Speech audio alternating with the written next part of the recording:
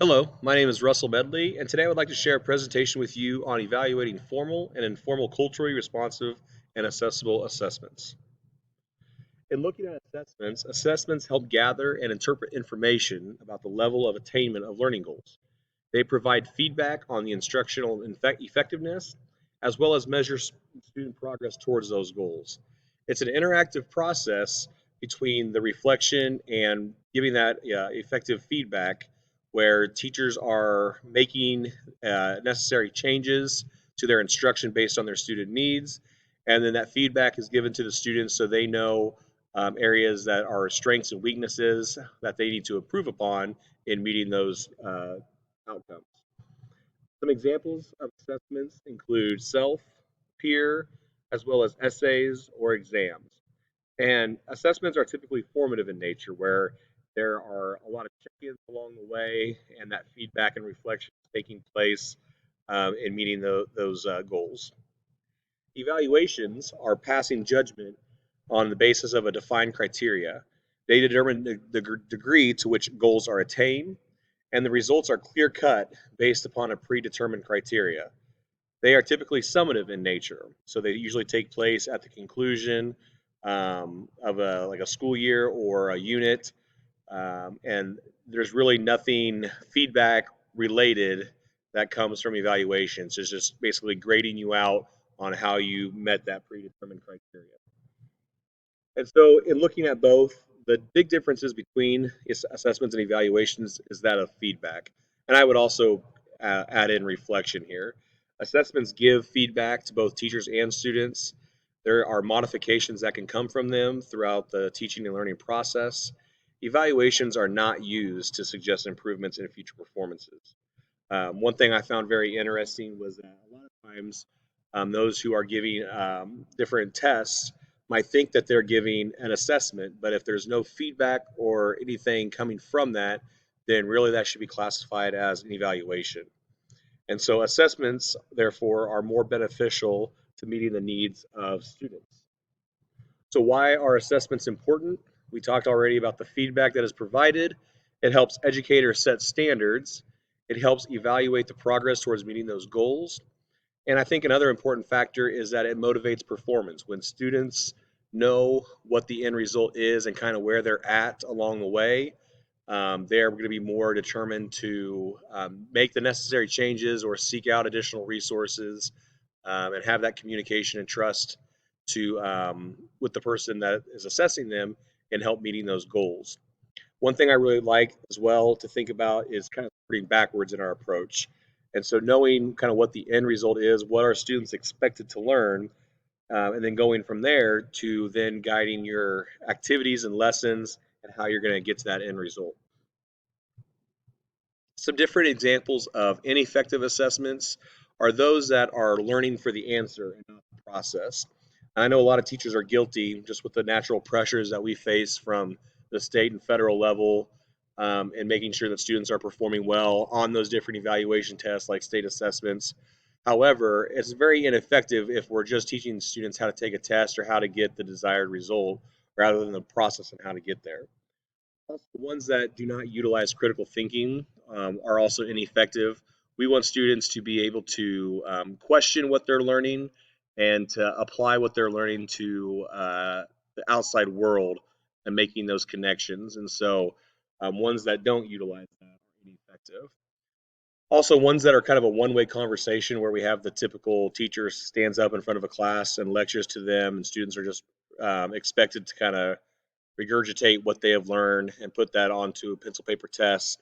So students are being talked at rather than being involved in the process. And so those type of conversations are ineffective as well. And then finally, ones that don't take into consideration the differences in their students. If we just have a one size fits all approach, you're going to help students that are used to that approach or come from similar backgrounds, such as yourself. However, the ones that do come from different situations or different cultures will not have the same benefits. Speaking of culture, we talk about how culture plays a role in assessments, and learning is socially embedded, and so the communities that students exist within matters to their learning. Culture is defined by a student's personal or ethnic background, and this can be their neighborhood that they live in, the school that they attend, as well as things that go on in their home and their family dynamics. Culture kind of gives insights about the kind of assessments that can lead and front students' cultural strengths and curiosities and nurture and extend their literacies. Some different steps to implementing culturally relevant assessments. Call gives us a few. First and foremost, that we put students at the center and allow them to share their stories. We use their experiences to help drive both civic and community engagement. It's important to know students as people before you can help them in the classroom. I think the classic quote is before you can reach the child's mind, you have to reach their heart. And so I think the same kind of applies there. Understanding their culture and getting input from them and their families on views of assessment will be very beneficial as well. Some different examples of culturally relevant assessments in action. Gibson gives us the importance of rubrics and how rubrics set parameters on what students need to know to show that they've learned, but also gives them the freedom and how they demonstrate that. And so, understanding your students and their culture and differences from their peers, having a rubric where they can maybe how they present the information, whether it's a rap, whether it's a presentation, whether it's some sort of physical model or art project, as long as they think that learning has taken place, and even including a section on the presentation style of the rubric and how they did present it would be very beneficial where you're taking into consideration their culture and how they got there. Call gives us a couple others as well with senior defense, and so this is a portfolio of coursework or artifacts from previous years, along with a reflection of learning, growth, and future plans in front of a panel of teachers, counselor, and community. Call also gives us a capstone idea, where this is a performance-based assessment conducting research on a topic of their choice or passion. And so here they kind of take that next step, that critical thinking we talked about earlier, where they are applying what they have learned to something that they're passionate about that goes outside of the classroom, and then that demonstrates that learning. But like I said, once again, it's something that they come up with. It's their choice, and it relates to kind of their culture, and kind of puts them in the driver's seat of their learning. So, in looking at the various resources that I used for this presentation, I found that the foundation for effective teacher and learning includes the following. First of all, a reflective process. And those that are giving these make sure that they are looking at the results and understanding how their students are handling the instruction and any changes that needs to be made along the process. Knowing your students is important. Knowing their strengths and weaknesses, things they have to deal with at home, whether it's language barrier, financial status, their accessibility to resources, all that will be important as well.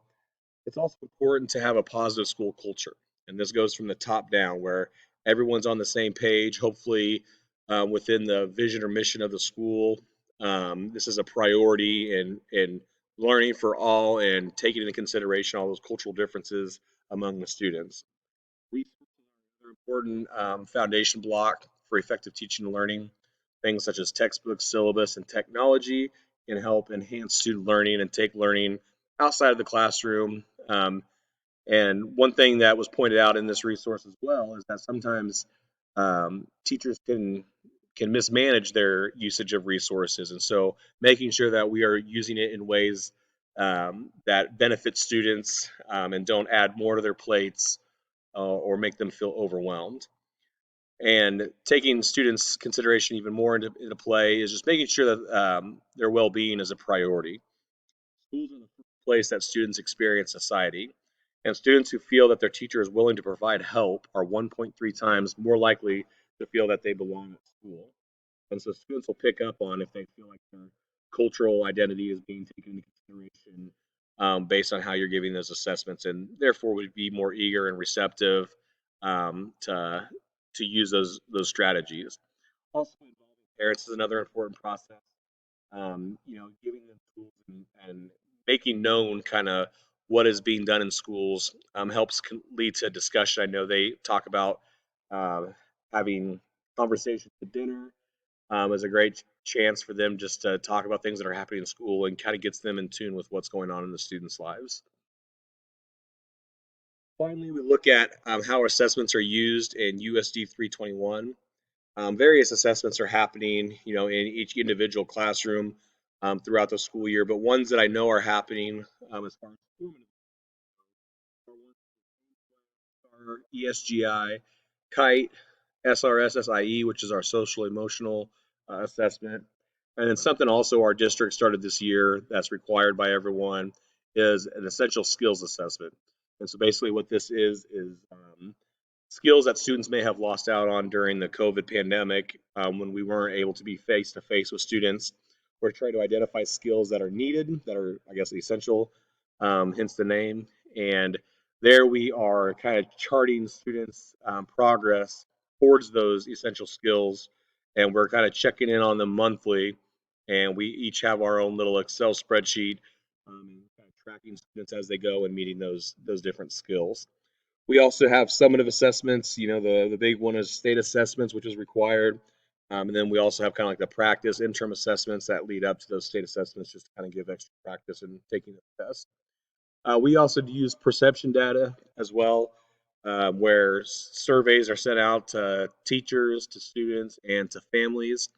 And there we are able to kind of gather information and look for trends as far as what stakeholders feel our schools are doing well or what they might need improvement on. And so that kind of helps keeps us in touch with the perceptions of those stakeholders in areas that we need to make sure that we are addressing with everything that we're doing inside the building. Gaps that I feel our district has, I couldn't think of any.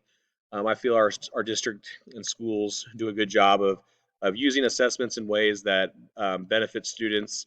One thing that I think our school does a great job is just help using data to help guide our interventions.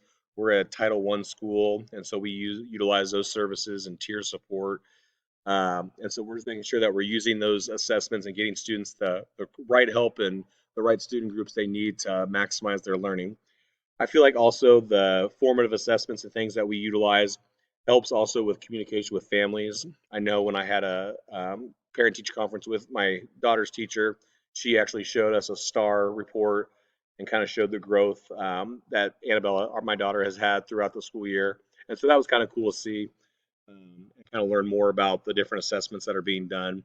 As far as culturally responsive, I feel though that we could do a little bit better of a job of involving parents in that process. I didn't know, I mentioned the parent and teacher conference. I didn't really know much about the assessments being done until I had the conference. So a quarter of the way into the school year. So I think kind of explaining those more, finding ways that parents and family members have an idea of assessments being done and kind of involving them in that process and gathering their feedback. One thing I do like that we are doing is kind of having a project-based learning initiative where we're kind of giving student control and kind of setting those rubrics and parameters where they are able to kind of demonstrate their knowledge of the content in various ways that they're passionate about. And like I said, gives them a little bit of freedom to demonstrate their learning. And so, just reading the various resources, I found that that was something that related well to that. Thank you all very much for listening to this presentation. Here's my references. Thank you.